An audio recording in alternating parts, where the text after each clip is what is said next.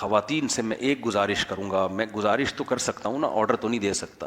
دیکھو مردوں میں غصہ ہمیشہ سے رہا ہے، پہلی دفعہ نہیں ہے. عورتیں ہمیشہ سے مردوں کے غصے کو برداشت کرتی رہی ہیں. ان کو پتا ہوتا ہے ابھی غصہ ہے، تھوڑی دیر میں ٹھنڈا ہو جائے گا. یہ آدمیوں میں رہا ہے.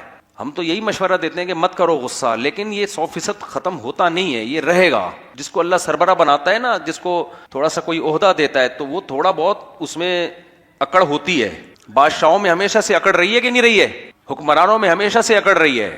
جب بھی کوئی عہدہ ملتا ہے تھوڑی بہت اکڑ آتی ہے انسان میں، یہ انسان کی فطرت ہے. بہت کم ہوتے ہیں ایسے متواضع اللہ والے جو اتنا اونچا عہدہ ملنے کے بعد بھی ان میں بہت زیادہ تواضع ہو. یہ تو 100 میں ایک ہوتے ہیں نا، ان ایک کو دیکھ کے تھوڑی قانون بنایا جاتا ہے، قانون تو 99 کو دیکھ کے بنایا جاتا ہے. تو آدمی کبھی غصہ ہوتا ہے، تھوڑا سا برداشت کر لو، منہ پہ ٹیپ لگا لو، آگے سے جواب مت دو. تھوڑی دیر میں انشاءاللہ ٹھیک ہو جائے گا وہ، بلکہ اس کو خود احساس بھی ہو جاتا ہے کہ یار میں زیادہ غصہ کر گیا. وہ خود بخود اس کی تلافی کرے گا، اس کو اپنی غلطی کا احساس ہوگا تھوڑی دیر میں. لیکن وہ تلافی ایسے نہیں کرے گا آپ سے سوری کرے، سوری بھی نہ کرواؤ اس سے. بہت غصہ آئے گا خواتین کو میری یہ باتیں سن کے، لیکن وہی بات ہے نا، احمقوں کی جنت میں رکھو گے تو لوگ واہ واہ کرتے ہیں. گراؤنڈ جو ریئلٹی کی بات کرے گا لوگ اس کو نہیں مانتے. میں ریئلٹی کی بات کر رہا ہوں. معافیا مت منگواؤ اپنے شوہر سے، آپ نے غلطی کی سوری کرو، بری بات ہے، چھوڑ دو، کوئی سوری واری نہیں، بس آئندہ خیال کرے گا، ختم.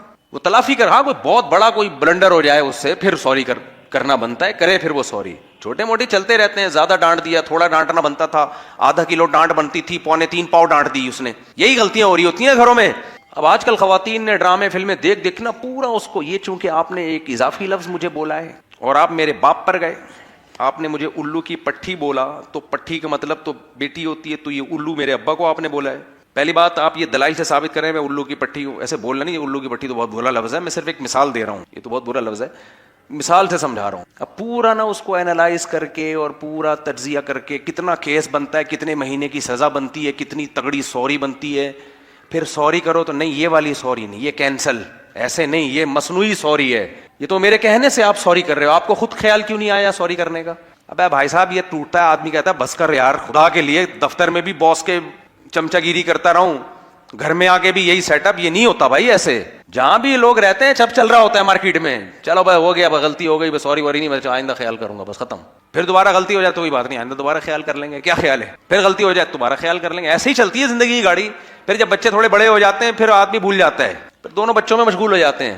نہیں آ رہی سمجھ میں تو رہنے دو، جیسے چل رہے ہو ویسے ہی چلتے رہو، مار دھاڑ توڑ پھوڑ کر کے سر پھوڑ پھاڑتے رہو، معافیاں مانگتے رہو، ایک دوسرے پہ کیس کرتے رہو. اپنے ابا اماں سے پوچھو کیسے کامیاب زندگیاں گزاری ہیں، یا اپنی ماؤں سے پوچھ لو کہ تمہاری اماں نے بھی تمہارے ابا کے ساتھ یہی سلوک کیا تھا جو تم اپنے میاں کے ساتھ کر رہی ہو.